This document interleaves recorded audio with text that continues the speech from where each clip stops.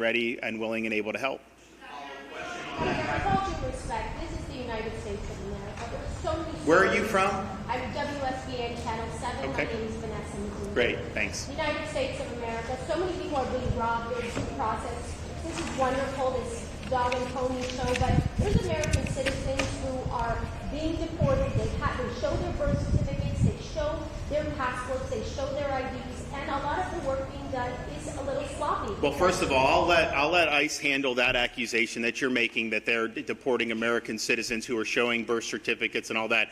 I don't believe that that's true, but I'll let them respond to that. But you seem to have no sympathy. You seem to have no sympathy for people that have been victimized by illegal aliens. What about people, you have someone driving drunk and kills American citizen? What about people that have been deported previously and let in under Biden, who then commit sexual offenses or commit homicides? And then we have more victims as a result of the federal government's previous inattention and unwillingness to enforce the law. So there are a lot of people that have been harmed by illegal immigration. There have been people that have been harmed by Tren de Aragua gang members who should not be in this country in the first place. So let's just be clear. Who are you fighting for? We're fighting for the citizens of Florida. We want them to be able to live in a society that upholds the rule of law. We want them to be able to live in a state that is safe. And we have to take action on it. I'll let them address your accusation.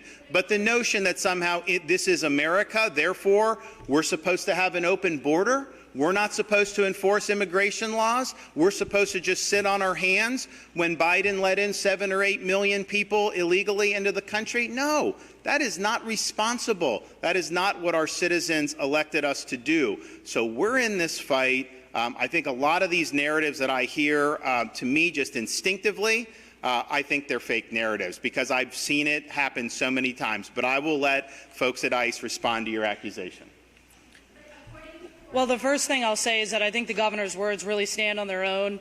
The men and women of ICE are working every single day to protect the communities, working with state and local officials to do our very best to protect the communities after the Biden administration opened our borders, allowed people to come into this country that should have never came into this country in the first place, jeopardizing our families and our communities and putting them in harm's way on a daily basis. The men and women of ICE are going into those communities to protect the men and women in these communities, to be able to do the mission that we've been set on every single day that the president has given us. According to court documents, however, of the 349,000 new court cases in 2025 alone, only 1% are new cases based on alleged criminal activity. So a lot of these people don't have criminal past or background. So who's being arrested and where is this information on ICE's website? It's on court documents, but we can't get this information, and ICE, quite frankly, isn't being very transparent.